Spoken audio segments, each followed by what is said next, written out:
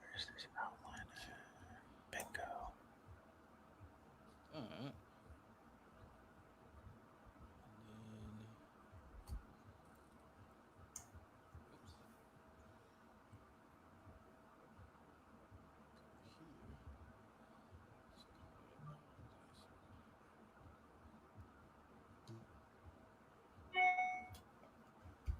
Let's see. What's that song that you played on the podcast? Wanda?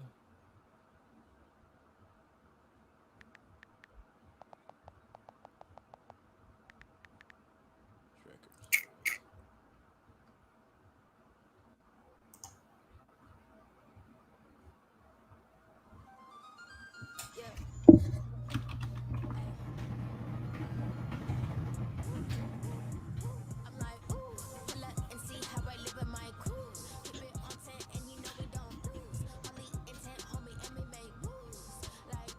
Oh, there it is. Who this?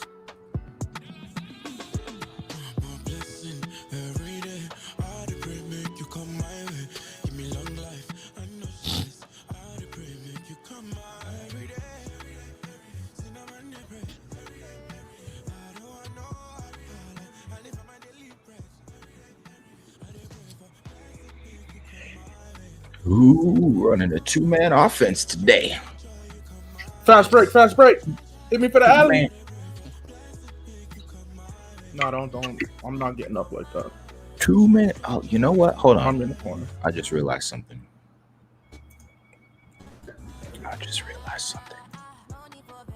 Yep, that's what it was.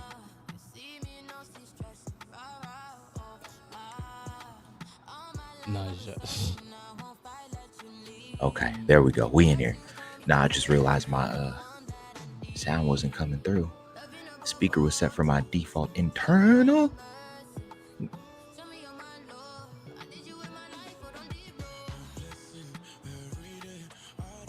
Yo, we really out here live Live and in living vivo color. It's wild. It's good. Share It's this fire. link to the group. Share that link. Brian said he's about to blast it to 70 groups. Hey, He's the culprit. He the man. He the one. He that one. Oh, let me turn off notifications on my god dang computer. Do not disturb. Right now. There we go. Y'all don't disturb me. I'm in here.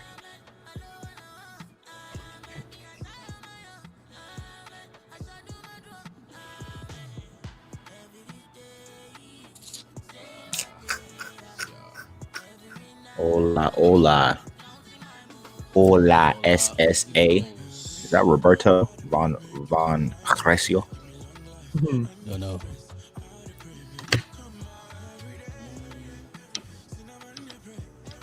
I'm sharing the YouTube link. Oh yeah, go ahead, share that YouTube link.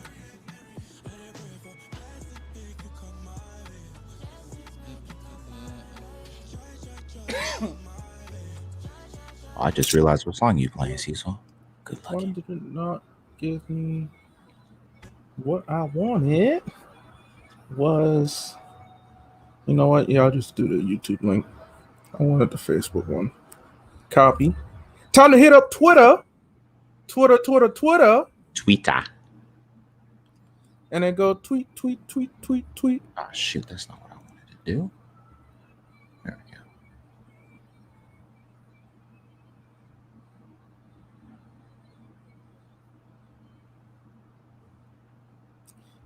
The Washington football team design is not objectively awesome.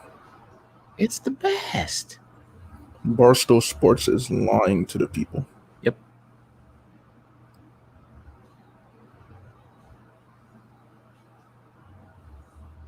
Ah man, Cecil had that good thing happen to him. He got shamed. He got froze and disposed.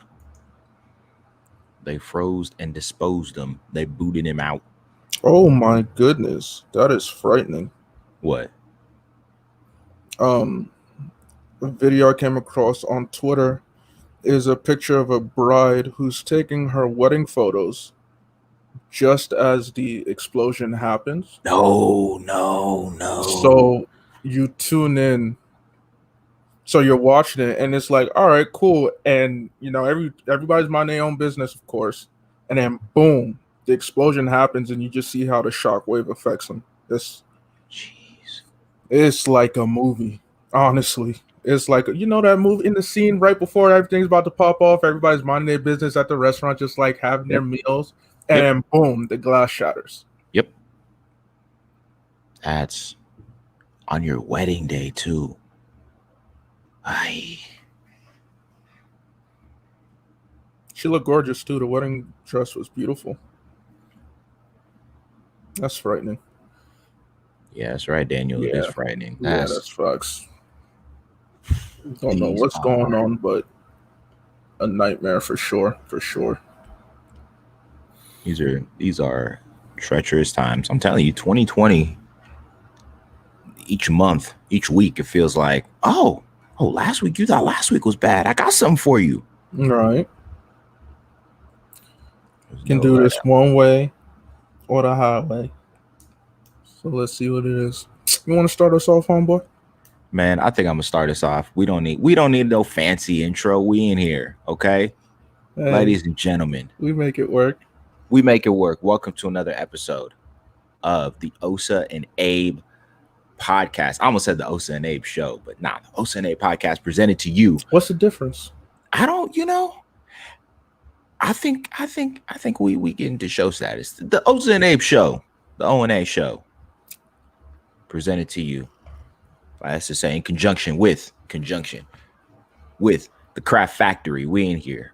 I am 50% of the O&A. I put the O in O&A. Your boy Osa. The other 50%, my guy. The A. My brother. My brother. Oh, I guess we could put in the. Oh, do you want to put? Oh, man, we started without you, Cecil. We said forget the producer. We said I don't need no beat. We about to go acapellas. Yeah, I said acapellas. You got a problem with it? Acapellas. You want to run the intro or no? Are you good? We can run it. All right. Abe is frozen, by the way. This is great. This Yeah, is one of them episodes. I can tell already. That's a good position to freeze in, I guess. Pause.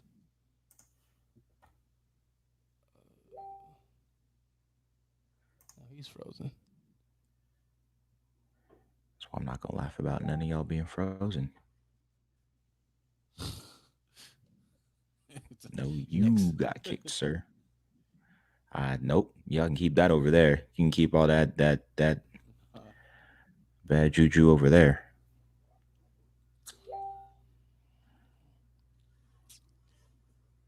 All right.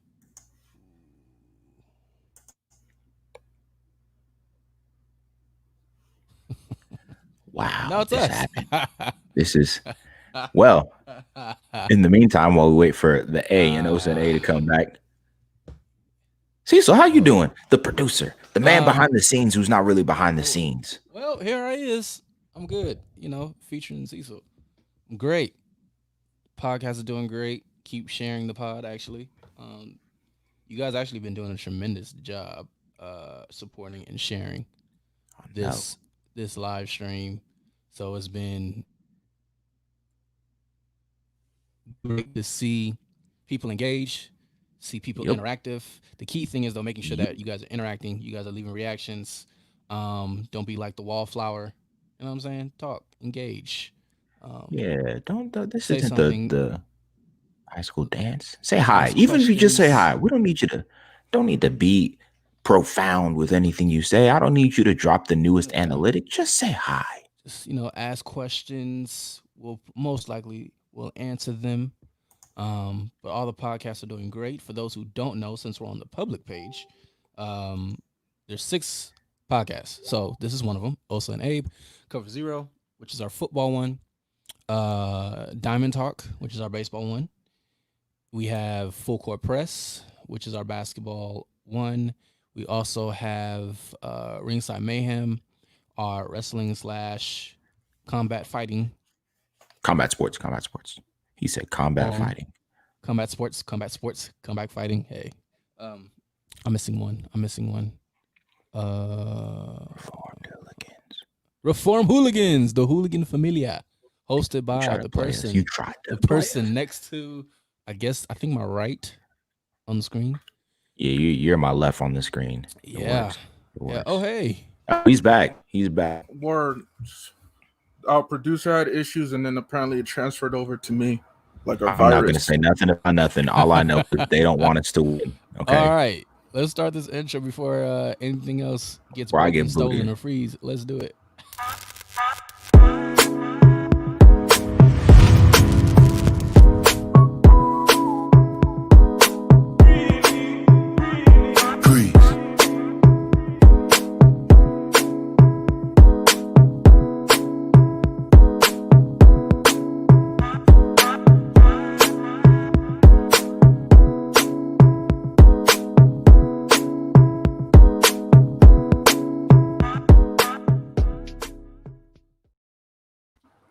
Okay, so let's start. Let's take this from the top. Let's start this all over.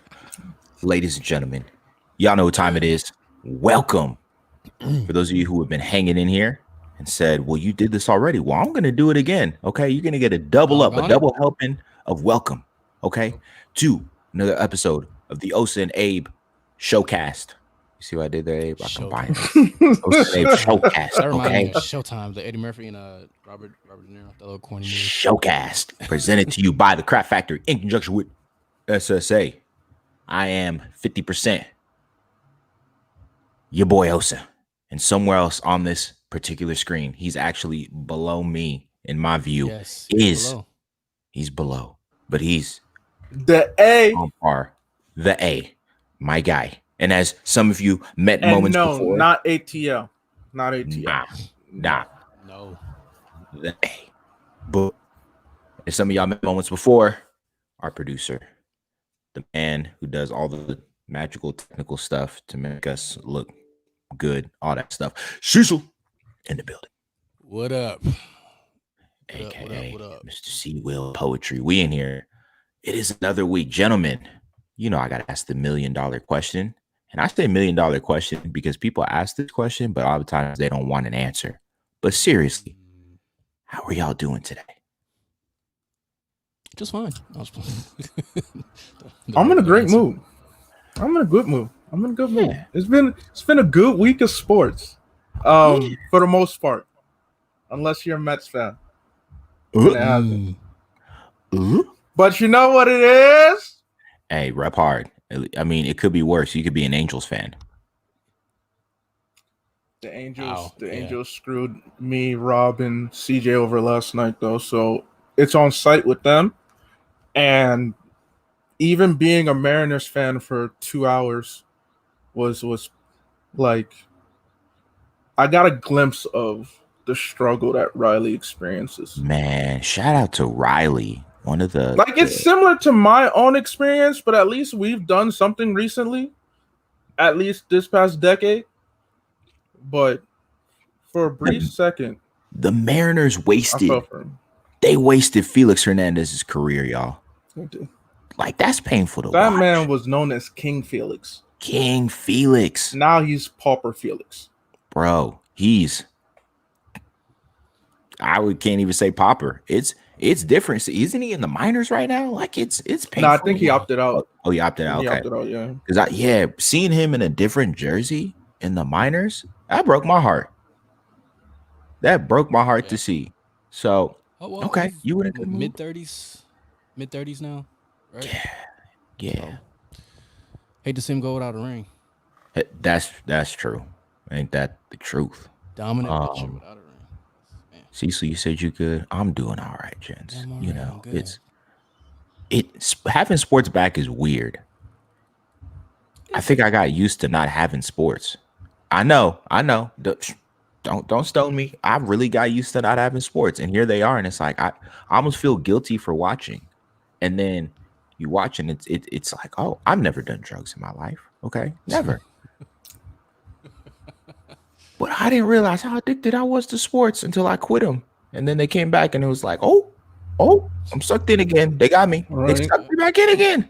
Okay, up there, watching the Dodgers go to the 13th inning. Okay, for a win, getting sucked back into all the things. So that notwithstanding, What do you think of that new rule, by the way? I just thought of that. The rule where in extra innings where they place a runner on second. Makes the game go by quicker. I'm all for it. yeah. Yeah. That way we don't end up with 20 inning fiascos. Yeah. It was quite a few of those last year.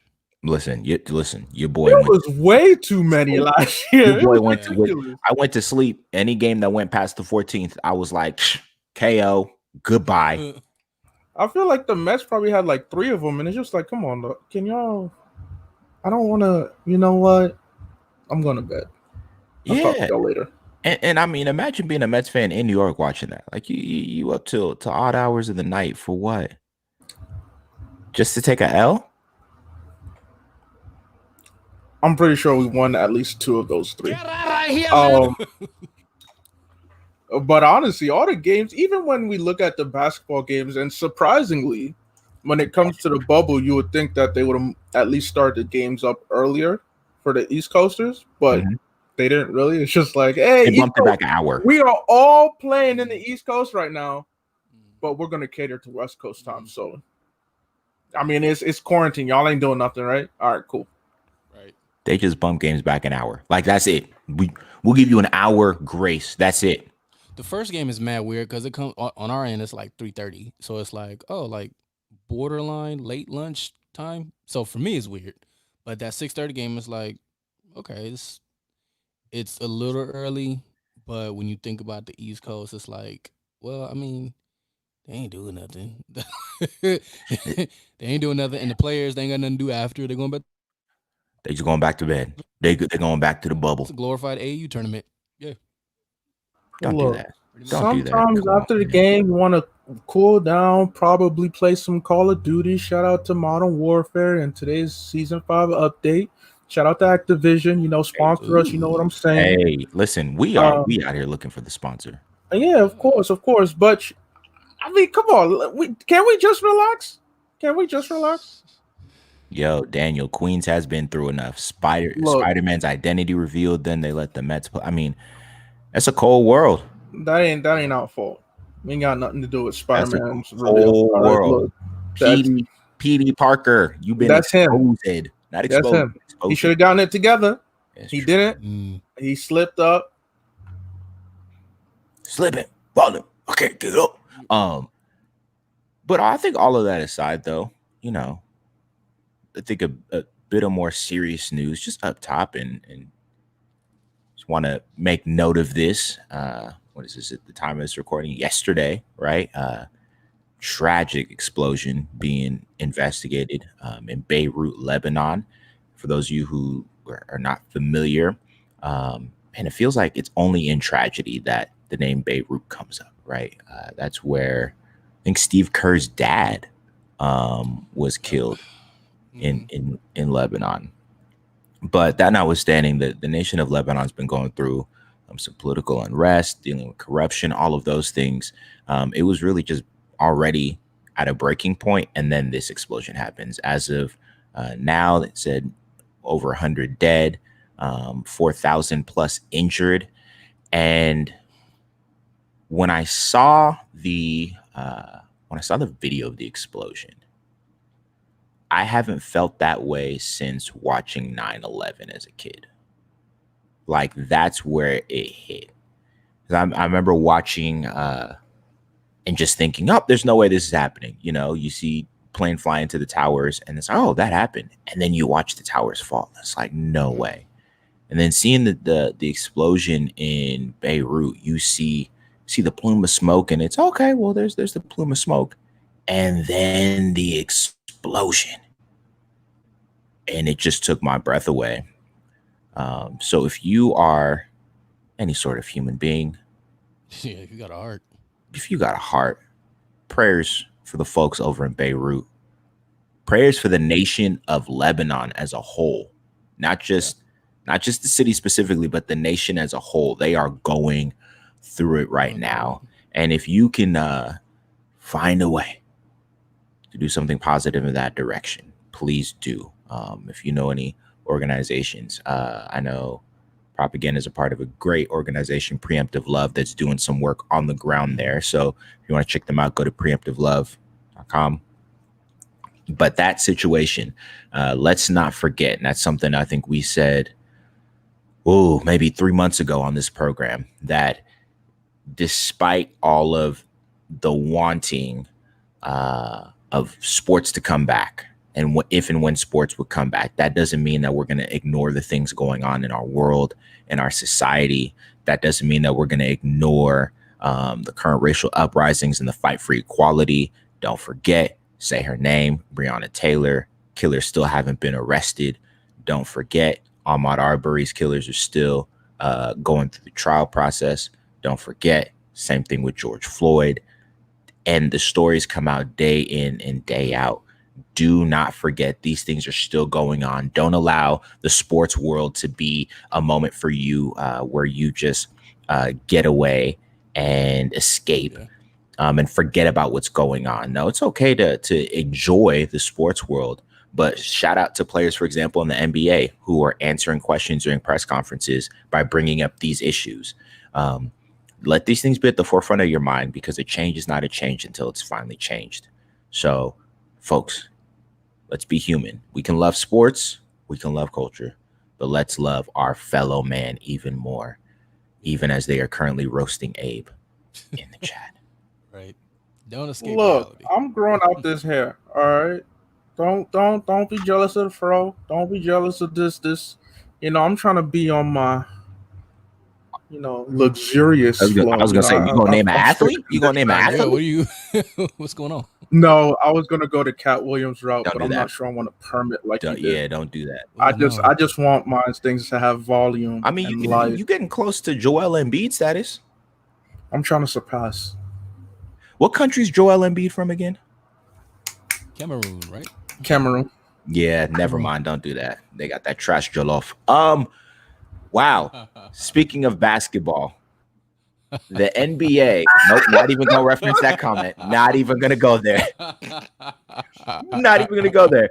The NBA is back. We are. Well, today's games will make 4 games in. So 3-4. Most teams 3 games, but overall, we are officially a week and some change.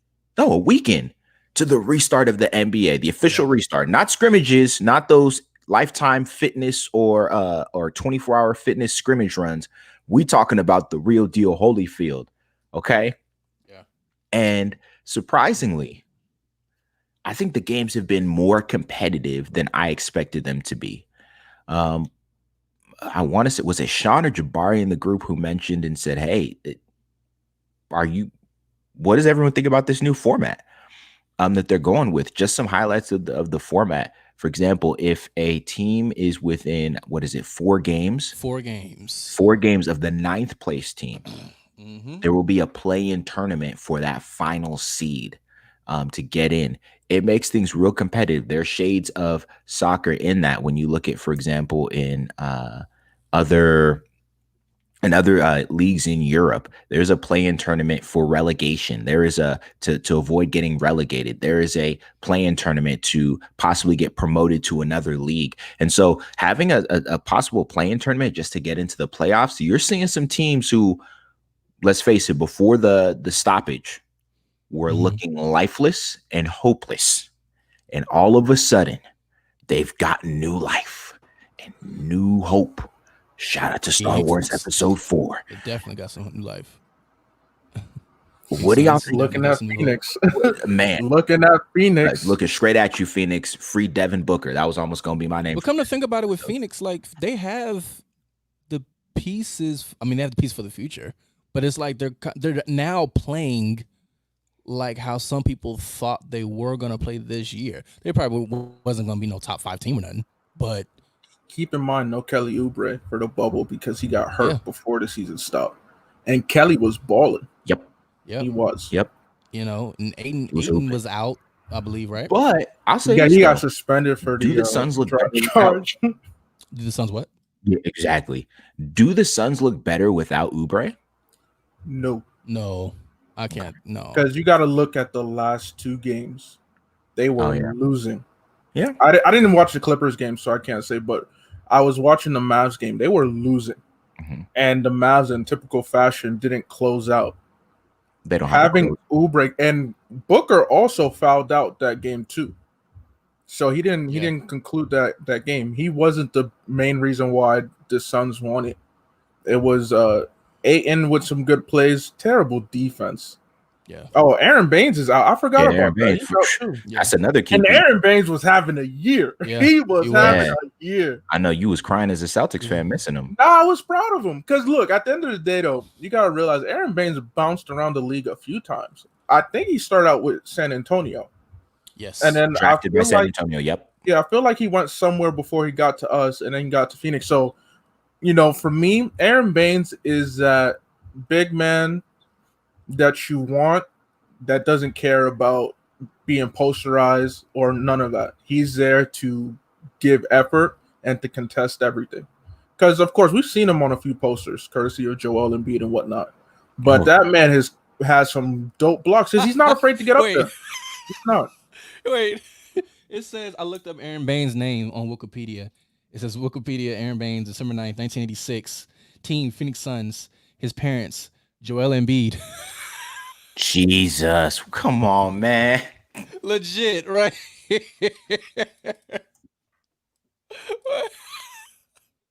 Oh, my God. Continue. Get out of here, man. Joel Embiid. Get your kid. I want no parts of that.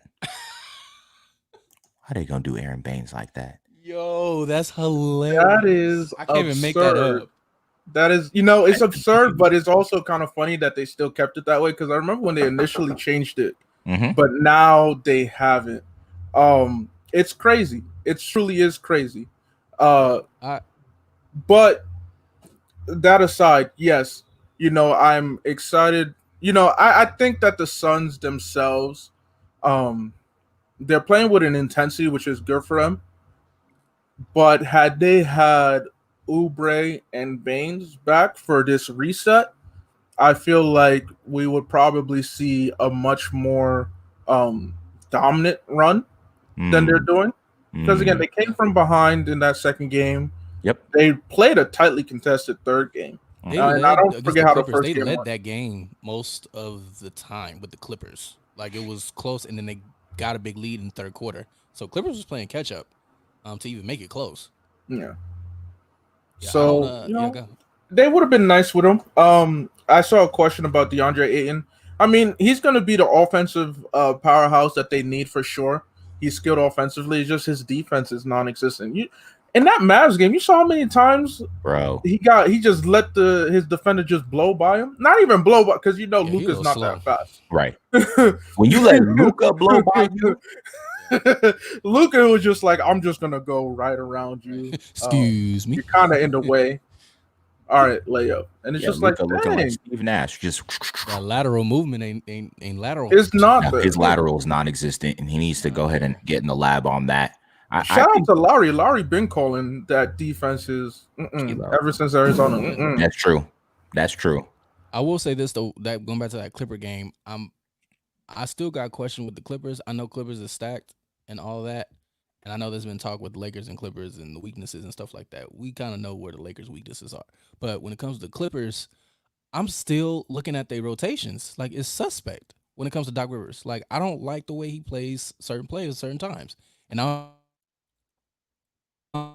team got too much like to juggle, but I've never trusted the rotations during crunch time. I don't know what it is, but sometimes they play Zubac at the wrong times. They take him out, and then Harold was there, so that made a difference, but now he's not. But you still take him out during crunch time against Phoenix. And I'm like, I didn't get it. I just don't get the rotation. So That's just my take on from that game, though. I didn't buy the Clippers coming into the season. And let me preface this and clearly say this has nothing to do with me being a Laker fan. When I looked at the way Until it they was see set the up, episode cover. you're funny. Right. when I looked at the way that team was stacked up, and then I watched a few games, they don't really have an offensive identity. And I thought, maybe I'm just seeing things. And then I heard Doc Rivers say it himself. When your own coach says you got no offensive identity, that should be worrisome and troublesome. Then the news came out that, optimally, Kawhi Leonard was going to play 66 games during the season. Like, that was best case scenario. So Kawhi's going to miss, would miss a minimum of 16 games during the season. So that's like once every, I think, 4 or 5 games he was going to miss out. So you're not going to be able to establish a decent rhythm. And then we know Paul George's injury history. God bless him, but we know his injury history. Yeah. I just wasn't sold on what in crunch time every game.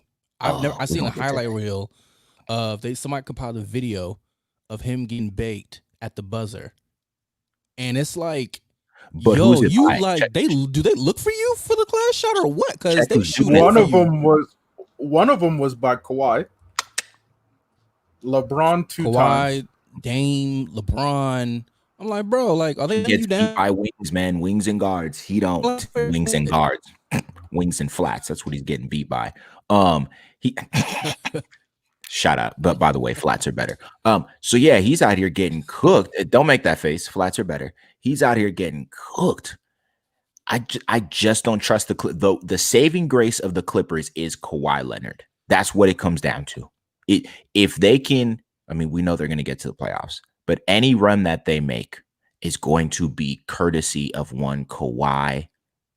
I don't even know his middle name, so we're going to say Claw Leonard. Knowing him, he don't even have to. We'll say Kawhi BB52. Like he's a Mobile Leonard. He's a robot. He's a cyborg from the future. So yeah, I don't believe in the Clippers. They're going to make a run, but I just don't believe in that next. Like, well, yeah, I don't see it. Do they have enough? I don't think they have, because my thing is this. I think Harold part of their size. So without him there, you're left with who? Zubac and maybe JaMychal Green. And that's really your Michael size. Green's a stretch, though. He's a stretch. Yeah. His name is Anthony. Okay. Why Anthony Leonard? So when you put them, let's just say Lakers and Clippers meet up in the West Conference Finals. That might be the weak spot where the Lakers, no bias, but it's just that's where the Lakers will most likely win, is if they just give AD the ball like every time, because they have no size. Here's the problem though. You give AD the ball. What AD are we getting? Are we getting rim runner AD? We getting perimeter jumper. Perimeter AD lost them those first 2 games that they played. If they're small, I'm really banking on the fact that their IQ will kick in at some point and be like, okay, wait a minute, we have an advantage. Lakers? I don't buy it. LeBron. But I've had issues with LeBron. When you combine it with the fact throughout his career. True. But I mean, when you think about the times where they take Zubac out the game, it's crazy. Okay. So what I'm looking at is the times where he goes out, which is the wrong times. Can you take advantage of those times? And really, not just even the Lakers, honestly, anybody. Because if we watch these Clipper games, like I said, these rotations and their identity comes into full effect when they lose leads in the fourth quarter. So when that happens, you really got to look at how can they manage this throughout the playoffs in a 7-game series. That's going to be hard, especially if you play a Houston or, hell, I even say Portland if they get in. Oh, Portland's going to get in. Basketball, though, is a game of runs. You know, whoever makes the last run wins. But the thing that has been, I think, is been shockingly glaring during this restart has been just how bad teams are when their stars go out of the game and what ends up happening. I mean, before the restart, like, okay, you know, LeBron goes out the game, it's going to be a little bit of a run by whatever team. Kawhi goes out the game, it's going to be a little bit of a run. Excuse me. But since the restart, teams, they pull their star player out for a rest break, and it's as if the opposition is playing against the junior high JV team, not even the high school JV team, junior high JV team. And some of y'all are like, there's a junior high JV team. No, there's not. That's just how bad it looks, okay, when these stars go out. So it's right now, I feel like this restart, the bubble is giving teams new life. And don't be shocked. I think it was Dame Lillard said it, and I thought he was crazy, but I think it's now a statement that applies to some of these teams on the lower. Don't be shocked when you see some of these lower teams, these 8th seeds or these whatever teams jump in after the play-in tournament. If they make some noise and upset some people, because some of these big dogs are looking vulnerable, real touchable right now. At this point, it's kind of fair game because you're seeing teams that are just really going after it. Like, and Jared Jackson is out too. So that's a big blow for the Grizzlies. The Grizzlies are just taking L after L after L on it. And then Jaren Jackson, the number 2 piece in your bright young future out for the season. That's tough, man. That is tough. But I'll ask this. Brandon Clark, time for you to step up, boy. Time for you to step up, Brandon Clark. Averaging 12 off the bench. Can the Pelicans make it? As a rook. I'll ask this, though, and then we can move on. Do you guys feel like this format that we're seeing right now in the bubble and some of the adjustments that have been made scheduling-wise, do you feel like this is something that should be carried into next season? So let's say, I don't know, shorten the next season down to 60 some odd games and then have some sort of like play-in tournament or something along those lines. They start in December, right? Mm-hmm.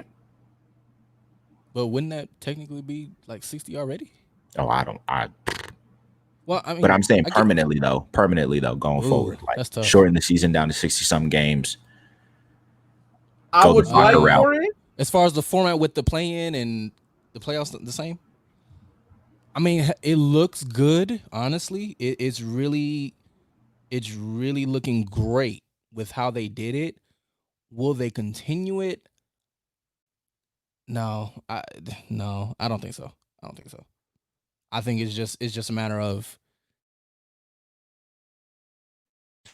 this is just for this moment. We're not looking at it like, oh, this is a great thing we can continue. Because even before this, they were already talking about seedings and shifting the style of this tournament anyway. So I can't see them taking this further than this year. But I will say it's definitely been much more appealing than most people thought. It's been much more competitive. No home court. It's kind of everyone for themselves in a sense. So it has worked out. I agree. I would love for a change, but at the end of the day, there's so much logistics that need to be figured out. And then it's the ability to sell it to the American crowd. Because I feel like globally, the outside markets would actually easily transition into it. Because if you follow soccer, you know how the soccer system works. You love it. You have no issues with it, any big issues. But if in America, if you follow basketball, if they were to make such a change, it'd be met with such resistance, so much resistance, and even by the players themselves. Because at the end of the day, you got to look at it when you do that. That means you have to change the contract structure of these players. Because look, if a team were to get relegated, all right, so what justifies their players getting paid way more than a team that's already in regulation, who then moves up to the superior league? That contract status needs to be changed. Because, all right, for example, we'll say the Suns. Honestly, I don't think the Suns should have been in this picture. They opened it up to bring in more teams in the West. Yep. But for example, the Suns, if you had them in relegation, you have to justify players like Booker not getting paid that star money. Which, regardless of my opinion of him, he's gonna deserve a big contract. Now, if they keep doing poorly because the organization sucks as a whole, how do you justify him paying more than a team which you would have to bring in the G League and then cut G League ties with their affiliates, major affiliates? Yeah. So how you justify how you pay them? Because we know the contract situation of the G League. They get paid significantly less than the NBA, than the professional NBA players. So there's a lot that needs to be figured out. But I feel like it will be entertaining because this bubble has shown a different form of competitive play that we haven't seen all season. The reason being is that, now it's crunch time. Now these games matter for a lot of these teams. They're fighting for their lives. So you're seeing a lot more intensity. Shout out to Portland and how they played against my Celtics. They picked it up in that second half. Yeah. And it was balling. Dame was doing his thing. Gary time. Trent Jr. was doing his thing and has been doing his thing. Yep. I mean, you look at Indy, TJ Warren is balling out of nowhere. TJ Warren trying to get another bag. Like, look at him. He's under contract 4 years. He's averaging 40 points right now. Yeah. 40 in 3 games. So you're seeing players and teams hit another level that they weren't at. And again, it also helps that we've had so much time off because of health. Again, shout out Portland. Yeah. They got Nurkic and Collins back. And that's made a big difference in the game versus the Celtics, even though they still lost it. And that made a big difference in that game versus Houston. Man, so I would be down for it because again, there's no going back to normal. There really isn't. And I'm still not with this December start date. Nah. Like, if you're gonna do that and shorten the season, I would love to get a revamp. I would love to get a revamp of that season, of a new look, something different, something enjoyable. So we'll see. So if this is just something I think to throw out to address some of your questions as well. If the NBA goes to a similar like structures like European soccer, and you're talking relegations and promotions, one thing about relegation that it does is if a team gets relegated or your team's not playing to level of being able to make a major tournament, your star player is leaving. Like, that's just known fact. Like, oh, you guys got relegated, it's about to be a fire sale. I think what it would do is make free agency a lot more interesting. But also what it does as well is if we match it up to European soccer, players end up getting sent out on loan if they're not getting tick. And so it forces teams to maybe send, if the G League becomes like a separate sort of league and they cut ties with affiliates, we're just going to send you down, just like with minor league baseball. We're just going to send you down to the affiliate for you to get some time on loan. But I think the big thing that it would affect is the money situation. People think free agency is crazy now. Nah, it would be a lot crazier if we're talking relegations and promotions and movement throughout the league. It'll get nasty. You'll get nasty real quick. Saying that though is, if you were to use this format, let's just say we keep this format, people like Trae Young, who's on a sorry team, they never make it anywhere. They're always out of the playoffs under this format. Bradley Beal. Do you think players like that would stay on those teams, or in this format, on this language, they would have to be sold or loaned or transitioned to another team? They wouldn't be able to stay, right? Well, the other reason why teams sell players or players leave if their team gets relegated is the financial repercussions. You just don't have the payroll to be able to play them and sustain it. And so it forces some of these teams to become more economically savvy and figure out how to use the cheapest pieces they can get for the best pieces they can get at a discount to be able to promote their team. And once you get promotion, you get a little more money in the coffers. And hopefully maybe you're a team that's lucky, like a Manchester City in the British Premier League, soon to be a Newcastle, and you get bought out by a wealthy Arab owner. And you get this major cash infusion, and you can basically buy the best team on earth. What it would do is you'd see players like a Trae Young bounce from their team because their team doesn't have the money to pay them. It would eliminate the supermax. I've always been in favor of the league just getting rid of the salary cap, but that's another conversation for another day. And I think maybe if you want to hear some real stuff on that, shout out to the guys over at Full Court Press. They dive into those kind of things. Yes. But it would flip the entire league on its head. And I think it would make some of these owners a little more savvy when it comes to them doing what they're doing, I think we would see, for example, the dependency on analytics that a team like Houston has. I think that might go out the window if stuff like this, if the league moved to that format. We shall see. Awesome. Moving along, though, other sports that are back. We mentioned it earlier. Major League Baseball is back. And boy, has it been. It has been. They're fighting. They're fighting to keep alive. They trying to stay alive. Boy. And if it go down, it's Tony Clark's fault, according to Manfred. Listen, I mean, folks thought going into the season, the biggest concern was going to be how many times are the Houston Astros going to get beaned? And then the Marlins had a whole squad, not a whole squad, but a nice little mass outbreak on the team of the good old COVID. Yeah. So they got postponed a whole week. They lost a whole week. They all wanted to go see Destiny. That's why. No comment. If you don't know who Destiny is, see episode before this. And that sent a mass panic. And then Mr. Manfred, aka I'm not even going. Yeah. Anyways, he's silly. He's threatening to shut down the season if they can't get stuff together. And if you want more insight on that, see the guys over at Diamond Talk, because they got all. I will say this: that was the most backwards comment he made when he said that. Like, if baseball doesn't get it together, I'm like, fool, you are the commissioner. It was a lack of responsibility and accountability. Oh, he wants to keep his hands off this. Like, look, it's on.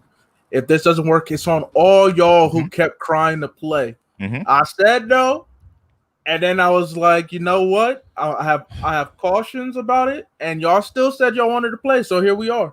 It's up to you guys. It's that I told you so mentality, and that's not leader. Like the leaders in the room when stuff goes down, when crisis goes down, are the ones who are not blaming anyone or making excuses. They'll talk about the context. But they'll look and say, "Hey, okay, we're in this now. We are in this." And that's Manfred's is very Goodelian. Okay, I just coined that word right now.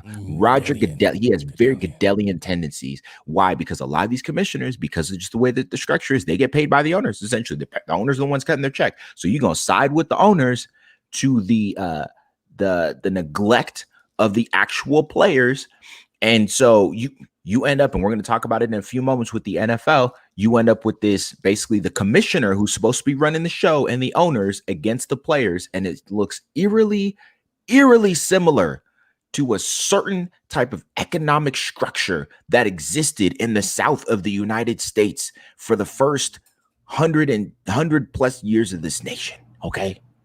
Y'all figure it out. You could do the math. So since baseball's returned though, what have you guys enjoyed? What have you guys said? Nah. And do you guys feel like the season can continue? I don't know. It's tough because the Marlins had their business. Then the Cardinals decided to go to the casino and they're suspended from play until Friday. So it's just wild. We have a shortened season already. And the fact that we're now having teams basically miss a week of competition, and you're now adding on double headers to try and make up for it, it's just like, all right, I like the idea of a shortened season because it made every game that much more important, that much more competitive. But now you're just adding double headers on top of double headers for these teams. And it's like, okay, now we're going to get into increased wear and tear. It's been enjoyable to see some bats come to life that have been quiet for a while just because of injury or age and whatnot. We've also seen some young bats gone deathly quiet. Like, they just been sleeping.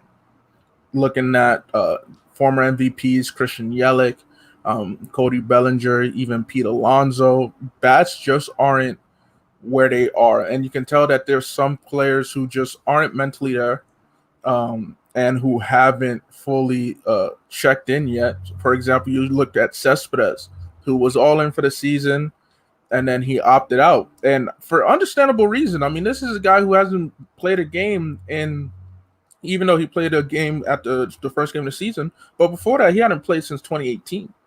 You know, and he's dealt with injuries, constantly dealing with the questions about, oh, are you going to play, your contract situation, all of that, and then to come back amid a pandemic and try to make it work, and it gets to you mentally. So I support his decision. He has to take care of himself. He has to take care of his mental health. He needs to take care of his family. So it's just a weird mix. And then on top of that, finally, it's just the lack of accountability, as we mentioned with Manfred. I mean, that's the biggest reason why, aside from the size of the teams, why the NBA bubble works so well. Because they're being diligent, they're being disciplined, they're being strict.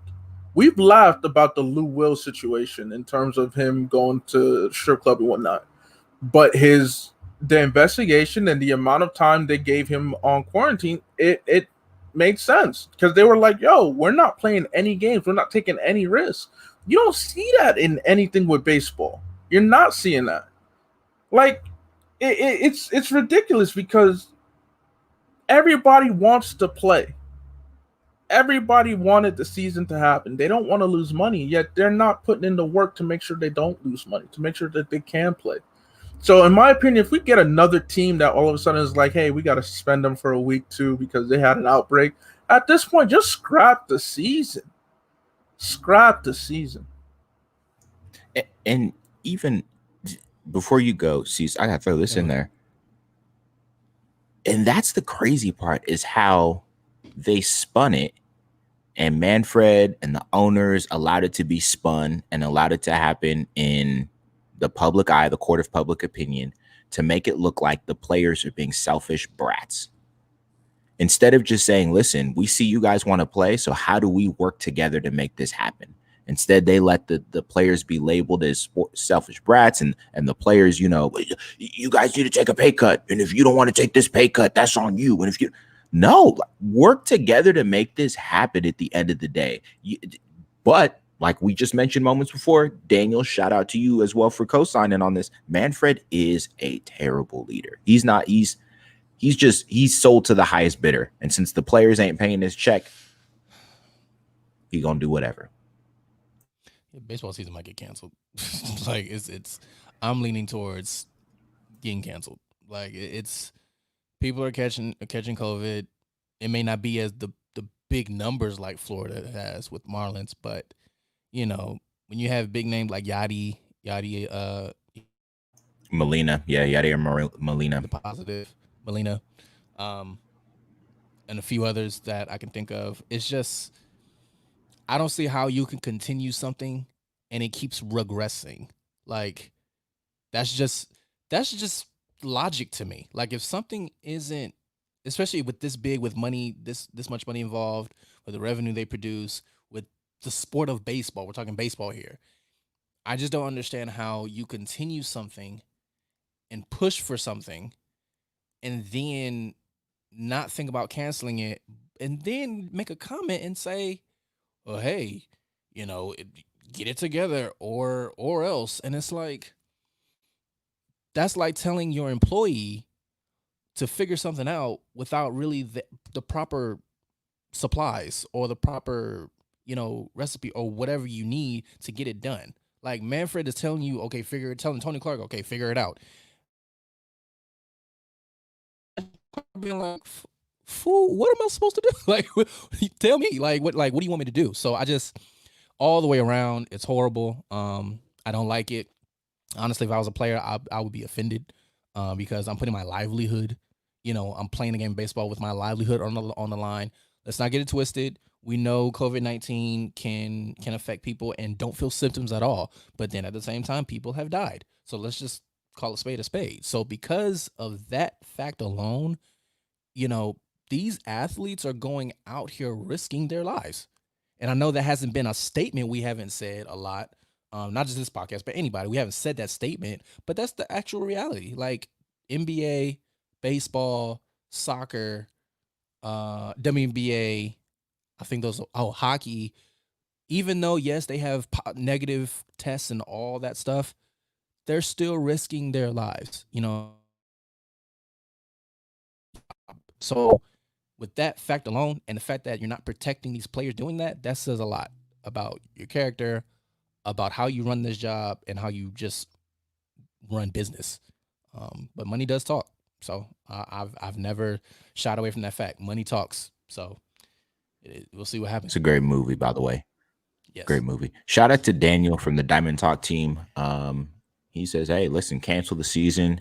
It's not even about COVID as much as the other injuries happening to altered preparation, which was my beef. Good point. With all the sports leagues, the American sports leagues, when they were talking about restarting. I said it with the NBA. If the NBA wasn't going to restart by I think it was the end of June, then don't do it at all. Because when you look at, even with the timeline, by the time the playoffs end in October, last game of the finals is supposed to happen the second week in October if the finals go to a game 7.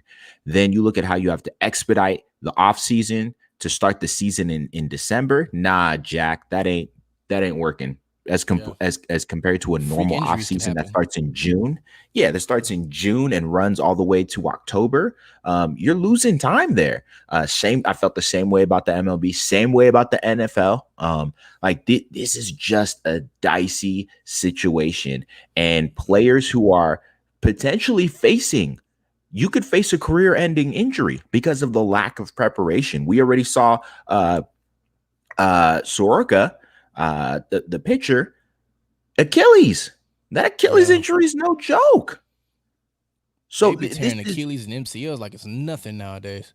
Yeah, and I mean that goes. I think we discussed this in like a early episode of this program. Just the way that youth sports is set up. It's set up to the point where because they overwork these kids so much, by the time they're in their mid-20s, they end up with these injuries that traditionally we didn't see in athletes until their early to mid-30s.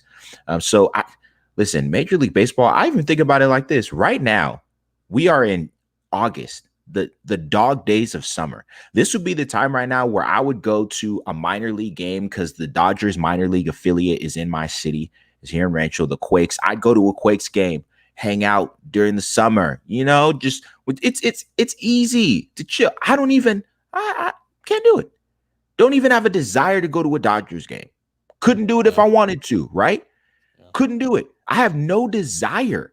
The feel and the vibe that we get from these sports is gone. And when football season comes around, I'm telling y'all right now, it's going to be a whole cluster.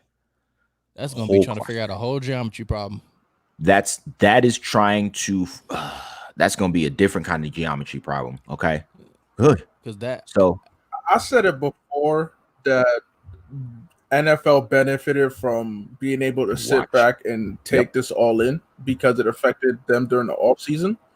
But as time goes on and we saw the numbers from the NBA and whatnot, we'll see what's going on with the MLB. I'm just looking at it and I said, I really don't have a way. I can't think of a way where this could work, just given the sheer number of people involved.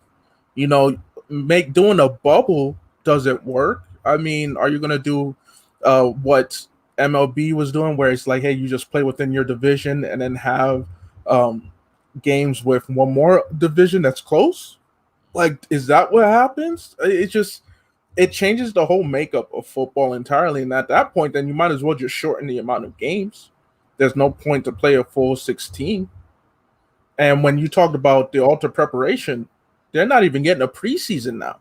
Nope. They're going straight from training camp right into the season. That's going to be a whole mess. So, and you know how the last couple of years we've seen so many injuries during the preseason. So many. Now, without one, we're just going to go straight into it. Those first couple weeks all types of cramps and ACLs. It's going to be, and it's, the first 4. To look at it selfishly too, fantasy football is going to suck as a result. It's going to be a nightmare. It's going to be pissed off. Dude, the only fantasy sport that benefited me this year from the pandemic was basketball. I finally won a fantasy basketball league. It has taken me, no lie, y'all. And it's not been because I've drafted wrong. It's not been because I haven't used the waiver wire properly. Every season where I've come in second place, it's literally been because a star player got injured or my top 2 players got injured like the last week of the playoffs in the championship game. Of all weeks for y'all to get injured, and I end up getting second place. But this would have been a great time for me to get into soccer, like legit. No, bro. I'm just saying. Even Major League Soccer, though. Major League Soccer, they've navigated the bubble successfully. They decided just to because it doesn't have to feel like other like European soccer though. No, it doesn't. No, truth be told, in terms of like gameplay and just the feeling, the vibe, it feels like I'm watching a glorified club game. That's what it really feels like. I lack soccer knowledge, but I could even see like MLS is lacking a lot. It's frustrating to watch. And they were, I think they were the first. I think they were the first of the leagues. Well, because they restarted before the NBA to do the virtual fan situation, which was cool. Mm-hmm. It's cool to see the virtual fans, but other than that, they've navigated it well. The season got stopped. I think it was 3 games in, and so they just did a tournament, which was cool. It's been cool. The tournament wraps up next week, but it's just not the same. Daniel, you're right. NFL is sitting back hoping that Major League Baseball doesn't stop because those are, to quote people, America's games. And if the MLB stops, you're going to see some pressure come to the NFL. And speaking of the NFL, the highlight, or I think the NFL news of this week involves one Odell Beckham Jr. and his thoughts and sentiments that the season should be canceled. Now, we're going to do a bit of reading in this next moment as we talk about the NFL and OBJ. This is his direct quote. He said, obviously, with everything that's going on, it doesn't make sense why we're trying to do this. I can understand basketball was already in the playoffs. 5-on-5 basketball in an arena is going to be more intense than regular season games, but we're not ready for football season. So why are we trying to push forward? It's obviously for the money. And that bothers me because there's always been this, and I hate saying it like that, but the owner's attitude is, oh, we own you guys. And that kind of unfairness going on, that they don't see us as human. Guys. Oh, there's 2 sides to this. OBJ. That's so 2 sides. Well, give us both. Okay. They've been calling him OBJ Irving. It's not bad company. Shout out to Kyrie Irving for donating some chips, 1.5 mil to women's basketball to pay for contracts. So let me just read. I just randomly typed in Odell Beckham's contract. So from my financial, because he made a comment about money, like it's about money. So his contract, from my financial standpoint, the Beckham trade was a no-brainer for the Browns because the Giants have already paid him half of $41 million guaranteed at signing, in the form of a $20 million bonus and $1.45 million base salary. 2018,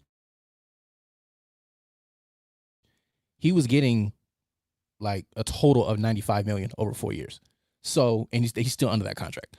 So there's one side when he makes that comment about it's about money, and I'm thinking, yeah, that's coming from a player who has guaranteed money coming your way. So I can see how players, and he's not the only one who has said something like that. Maybe he's just been bolder, but with players with guaranteed money, it is easier for them to say that. It is. Now, there's another side where, yeah, he's right when it comes to, yeah, it doesn't make sense, cancel the season. But then you have players who are literally fighting to, to get money and to get a contract and to make sure that they're straight and settled. And so you have players that are probably quiet because they're like, nah, shut up, Odell. Like, I won't play. So when it comes to the financial side, there's 2 very strong sides to this. But just logic, he is right. Like, it doesn't make sense. Cancel the season. This is the most contact sport there is out of the 4 major sports. Like, how are you going to make a rule about not swapping jerseys, but they're literally holding each other at the snap of the ball? So that doesn't make sense. I don't see the season going far, to be honest. Honestly, I really don't see it making it to the start of the first game of the year. I think somebody will snap some sense into Goodell or force his hand, which they did with that little commercial they did a while back.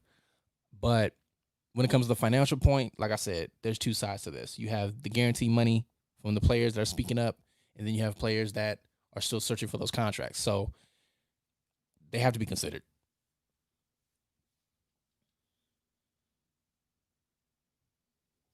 Well, Stephen A. Smith, the great Stephen A. Smith had his 2 cents about what Odell Beckham said. And I He's quote, always trying to shut somebody up. when you bring up race, when you bring up race in this equation, a white guy like Max Kellerman, a white guy like you talking to Tim Hasselbeck, or white folks all across the nation, they sit up there, they go like this, what is this? Because this ain't what we've been talking about here. This is not what the protests have been about, Smith said. The protests have been about racial oppression, racial inequality, things of that nature, he continued. That isn't applicable to you in this sequence, Odell Beckham Jr. or any other NFL player. You have the choice to play and get paid, or don't play and don't get paid. It's a choice.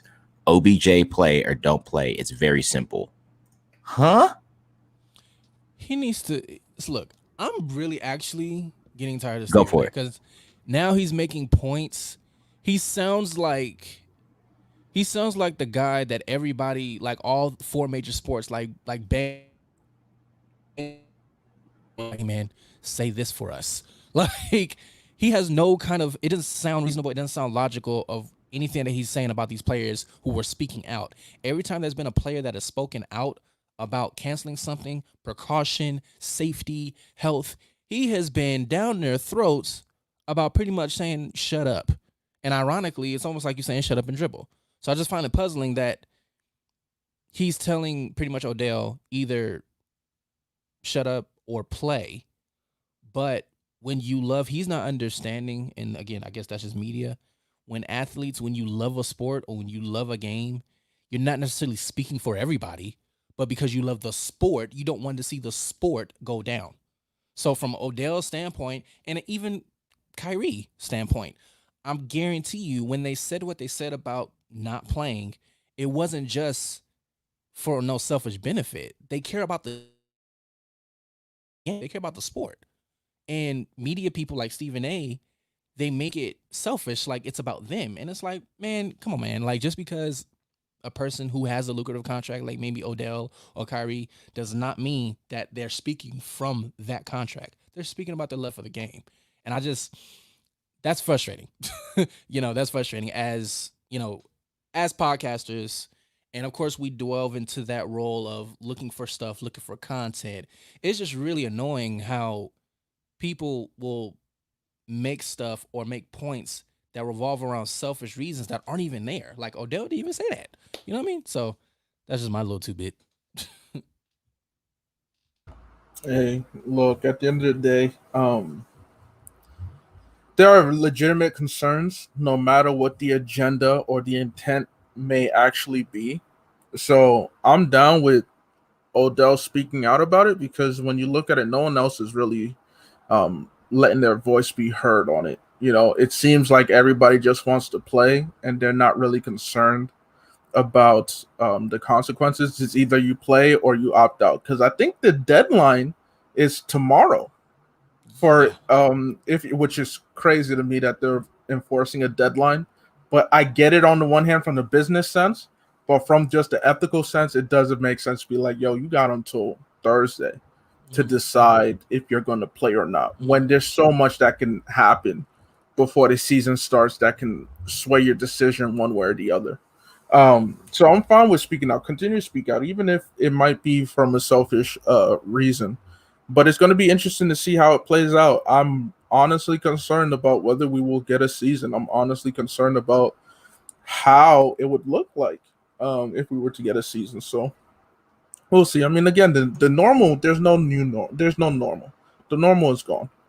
You gotta Normal is you don't like change? Well, it's being forced upon you. You got no choice.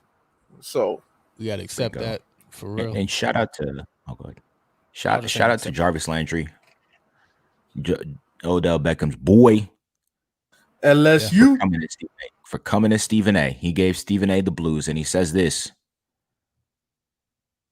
not one time, that was in all caps, did OBJ say anything about color. This was on Instagram. Yep. The statement was made before protocols were put in place and to make sure the safety of the players, coaches, and essential staff were protected. At that point, yes, it was confusing, and what OBJ said was correct. At Stephen A. Smith, you know how this works. story gets done and ran 3 to 5 weeks later, and you fall all over it and try to make sense about the topic. As a black man, if you're going to say all of that, then just call OBJ and tell him all of that. Exactly.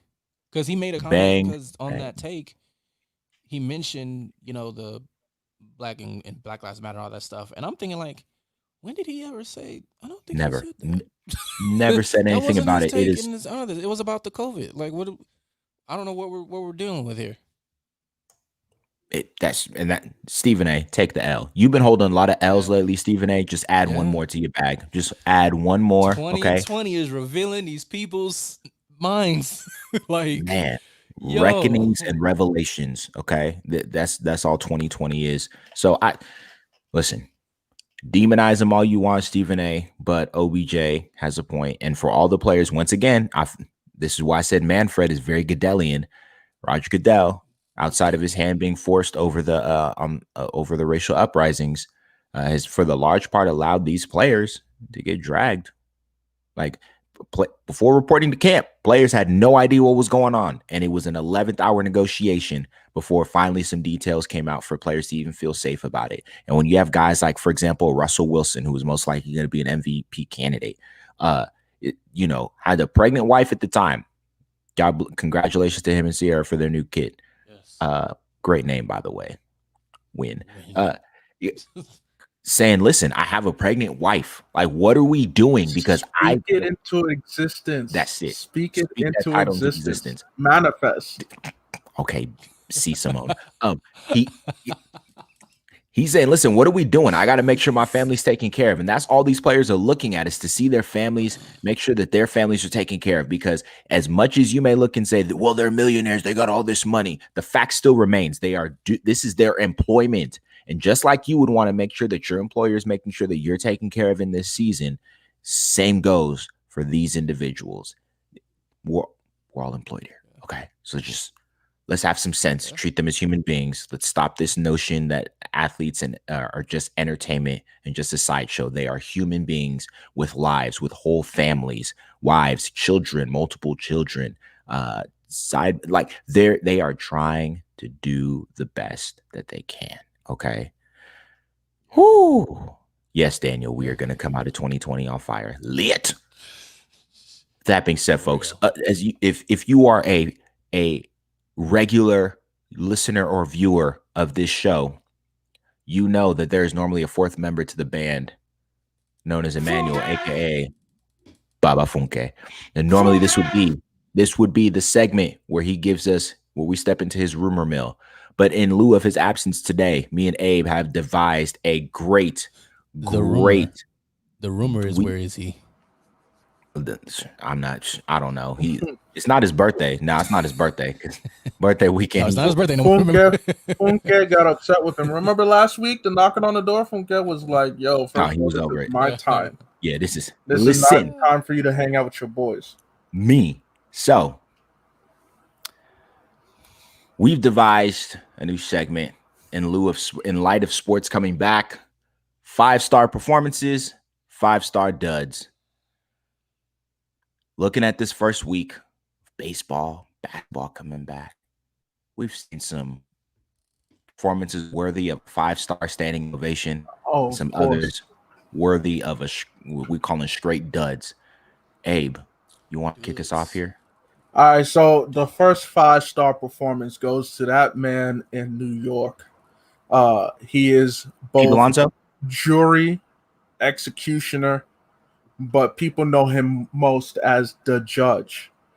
My man's is hit, first of all, 6 homers in 5 games. Straight games. That's how he started the season.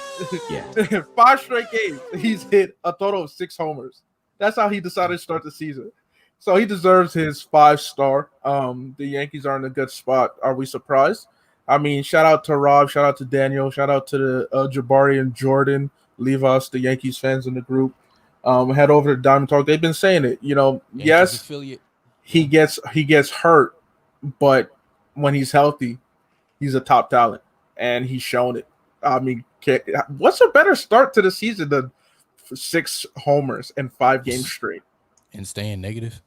and they asked him, "Are you locked in?" And he was like, "Nah, I'm not even locked in yet." What? Excuse me? Oh, okay. Get right here, man. I'm scared. Really? So for sure, shout out to him. We also got to give props to Nelson Cruz, who's just been balling. I mean, he's been hitting everything. His bat is like the size of a sequoia right now. He's just Bruh. he makes contact with the ball. He's getting on base. He's getting a run in. He's been hitting phenomenally, and that's old man Cruz too. That's Talk old about man Nelson. It's not like this ain't young Nelson. This is Grandpa Nelson, the one who be sitting in the rocking chair Nelson. So when it comes to 5-star performances, we got to give it to both Aaron Judge and Nelson Cruz for this first week of baseball, for sure. For sure.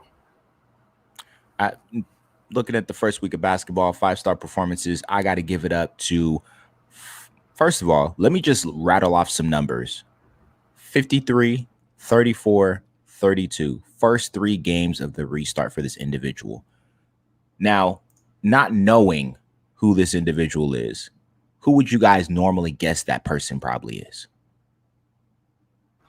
Either James Harden, Giannis, Dame, and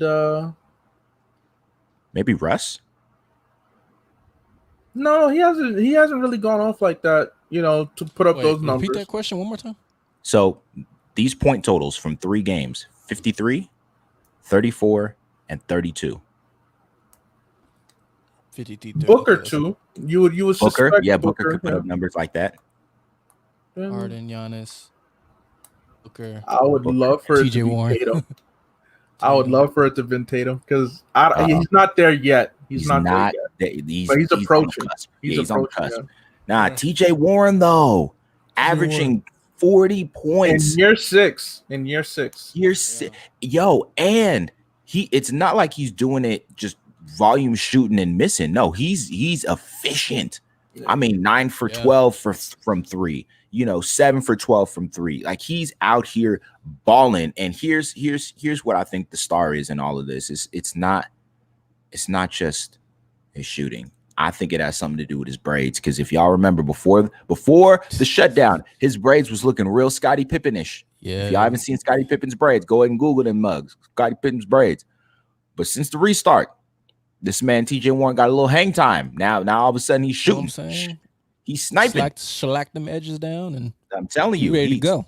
He's ready. I think maybe he saw Kawhi's hair person. That's probably what it was. So TJ Warren. What happens when he faced Jimmy Butler though? I gotta see. Listen, Jimmy Butler is watching and waiting. Like, come on, bring that my way. Ain't no way you doing that my way. No way. He's waiting. Boy, that game is about to be one of the most watched games of the season. Oh, I'm shutting everybody out. When that game starts, I don't want to hear nothing from nobody. No wife, no dog, Jimmy Butler no ain't nothing. having that nonsense. So it's either gonna be this. It's either gonna be this. Jimmy, you're old and washed. You can't play defense like that no more. You saw, or it's gonna be TJ. You were just another Linsanity. This was You should have another Linsanity run. And here's what I want, because I mean, we can kind of hear what's going on the court, right? I want to hear every bit of trash that Jimmy is talking. Mic'd in. I want to hear all of it. Okay, I'm not them other dudes. I'm Jimmy. Okay, shout out to the Heat as well. They've been doing that thing. Bam Adebayo, please stay in Miami. Don't go to Boston. Okay. You saw how him and Tatum were socializing. They were. I was not a fan of that socialization. Nah, Doc. Other 5-star performer in the NBA, Devin Booker. And I mean, he's had the Suns on fire. He's had Mr. Double Team. Yeah, he's had the Suns looking like how people thought they were supposed to look. Okay, new life. Yeah. But I just want to run down the stats from this game against the Clippers. He put up 35 points, 8 assists, 4 boards, and hits the game winner while being guarded by PG-13 and Kawhi. I mean, if in case you missed the sequence, just Google that mug. It was beautiful. Seen it live. It was a great shot. You can't even knock Kawhi PG. That shot was crazy. It was the footwork. Yeah. Was Kobe-esque. Okay. It was, and he did it wearing some Kobe's. It was beautiful to see. Okay, I mean, Kawhi's reaction said it all. Kawhi just put his head down, shook his head, and just did one of these mugs. PG even got a hand on Devin Booker's hand as the shot went up, and still that sucker went in at the buzzer. Yeah. Shout out to D. And the way he landed too, and the way he looked, he called it. Look at PG too. When these players hit these shots over him, their poses and their landings and their after, it's just disrespectful. Dame with the wave, D Book on his back with the, you know what's up. I mean, it's cold. It's cold. Jimmy Harden. I mean, it's no good. We know when Kawhi hit it on him, Kawhi just had a blank look, like, which I feel like that's worse. Disrespectful. Yeah, it's just like that. Of course. Not like you make it seem like I'm so proud of a scrub. You do this every day against me. Like, what's up? What's up? You're not gonna celebrate in my face. The only time we've ever seen Kawhi celebrate is when he hit that shot against the Sixers. Because he for sure didn't think that mug was going. I didn't think that mug was going in. Yeah. When that shot went up, here's the crazy part. That shot goes up and I see it bounce on the rim, and I was like, "Oh, okay." It took another bounce, and then my streaming, my Wi-Fi went out, so all I see was my screen freeze, and I was like, "What just happened? What just happened?" And it came back on. I just see Kawhi in the corner going nuts, and I was like, "There's no way that shot went in. You've got to be kidding me." If there was ever a bounce where God was like, "This is your season," it was that moment right there. The amount of just that must have been the longest, like 2 or 3 seconds of everybody's life right there. Just like I'm slowed down like crazy. I held my breath for him. I held my breath. Other 5-star performer from the restart. This is my last 5-star performer from the NBA restart. Is Luka. Okay, you know Luka had to make his way in here. Luka became the youngest player to put up a 30-20-10 game. 30 points, 20 boards, 10 assists. This man put up 34 points, 20 boards, and 12 assists. This man is a whole 2K stat line in real life from the essentially point forward position. Like, that's just shout out to Luka. And he's not even fast. He's just crafty, and he just has great positioning. Luka's balance is crazy. He may not be the fastest, but his body balance, it's really good. Really good. I'll say this. As much as I think him and Porzingis will be great together in the future, they need a third piece for sure. They do. They need somebody, honestly, that's more dominant, like a little bit more aggressive. Porzingis ain't that guy. No, they need someone with grit. Yeah, they turns it like on. A vet with grit. Like Porzingis is too soft. Luka's still figuring himself out. They need someone. They need a dog, straight dog. But with that being said, we've talked about the 5-star performances. Let's get into the duds before we're done. Abe, what are your duds from the MLB? All right, my biggest duds. All right, first of all, 5-star duds goes to the St. Louis Cardinals for all going to the casino and then all catching COVID. Like, what's wrong with y'all? That's what they did? Wow. That's the rumor. Just rumor has it y'all caught it gambling.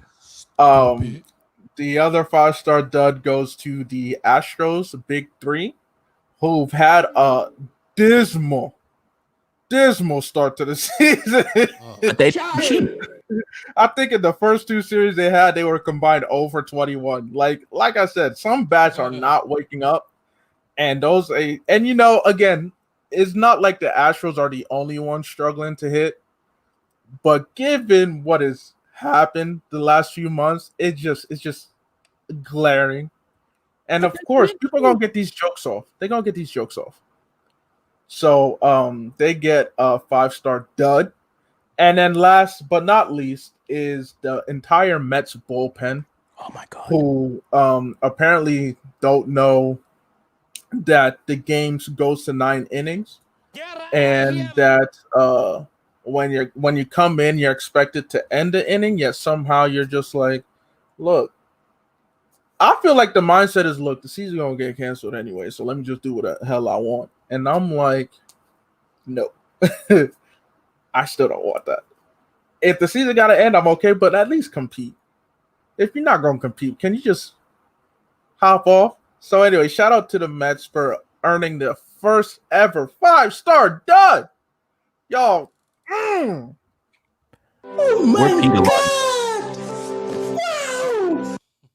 Where Pete Alonso at to put the Pete and compete? he was hitting better than Cody Bellinger. Scoreboard record. That's all I got to say. With that being Because said, Mookie's saving y'all. who? Mookie. Oh, that's expected. What was Mookie supposed to do? Nothing. Don't act like was he Cody supposed to do? wasn't sticking up the joint.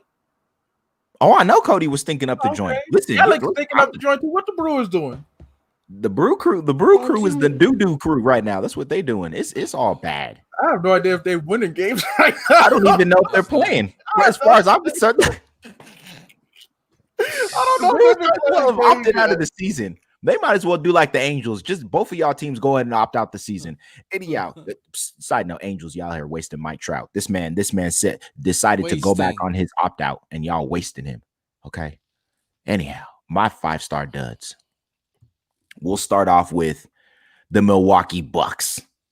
Folks may say, but they're the number 1 seed. They're gonna be the number 1 seed in the East. Nah, man, I can't give them a pass for this game they played against the Nets. Okay. They lost to the Nets by 2 points. Yeah, you don't lose to Brooklyn. But here's who the Nets were missing: Spencer Dinwiddie, Karis LeVert, Smoking Joe Harris, DeAndre Jordan, Taurean Prince, Jared Allen, and of course, Kyrie and KD. Oh, but that Jamal Crawford came in and Jamal Crawford made his debut and gets hurt. And you still lost to them, Milwaukee? You still took an L? A dude I can't even pronounce the name scored 26, led the team with 26 points. Oh, Timothée Cabarro, Luau Cabarro. There you go, Luau Cabarro. You and Garrett Temple. You let these dudes have career games against you, and you take this. I don't want to hear nothing about, well, Giannis wasn't playing, and neither was Middleton. I don't care. They're supposed to be the best team in the East. And you took a L to essentially a Nets team that was missing basically a start, their starting 5 and their bench. 15, 16 minutes, They basically played the first half, and then, I mean, they don't really have anything to play for. I'm not trying to dismiss the loss. I mean, I'm surprised. I'm surprised too. But and here's the other thing though. The Nets were a 19-point underdog going into this game. Even with your worst, you could have beat Brooklyn. Bro, Brooklyn is gutted. Which is my sentiments for the Celtics played the Nets today. Look. I better see Tatum and Brown combined for 900 in the first half. In the first half, okay? There's no excuse, Milwaukee. Y'all stunk up the joint. Folks, it was a close game. Nah, unacceptable. Next and last, 5-star dud from the NBA restart goes to LeBron James. It's his hairline. LeBron. Get out of here, man. Let's have a conversation, LeBron. I've joked often about your hairline and the status of your hair. We have seen a partial revival with your hair in recent years, but we saw the incident at the start of the season where your hair was coming off and AD had to remind you, here we are in the restart. And you, sir, your hair is that ain't having it. You need to go ahead and channel your inner Elsa from Frozen and let it go. And some of y'all may say, did you just quote Frozen on this show? I sure did, because the NBA restart is being played in Walt Disney's ESPN Wild World of Sports. So there's the Disney connection there. Take it or leave it. LeBron, go ahead. Go rewatch that last episode, the series finale of Game of Zones. Kobe told you to shave that mug off, okay? R.I.P. to Kobe Bean Bryant. Yeah. Shave that mug off, LeBron. The great you idiot. Love quoting the Game of Zones. I do, bro. I do. Yeah. I enjoyed it. Kobe shaved it off. Jordan shaved it off. If you chasing the ghost of Jordan, the only way you're gonna catch him is if you shave that thing off too. So go ahead, life get into the baldness. Listen, accept it for what it is, Bron. Because right now, that patch in the back of your head looks like the image of Jesus in the Shroud of Turin. With that being said, get out of here, man. I think that's a great landing place. I will continue to close this episode out. y'all in for a lengthy show. Lengthy. Lengthy. Yeah. Oh, We boy. appreciate y'all for listening. For those who are watching the replay on YouTube or on Facebook, shout out to y'all as well. Rocking with us. I am 50%. Your man, Osa. Also on this is my guy, the other 50%, Abe. The A and Afro. Hey. Elsewhere is our producer. Absent today, our dearly beloved friend, Emmanuel Babafunke. But with all that being said, we love y'all. We appreciate y'all.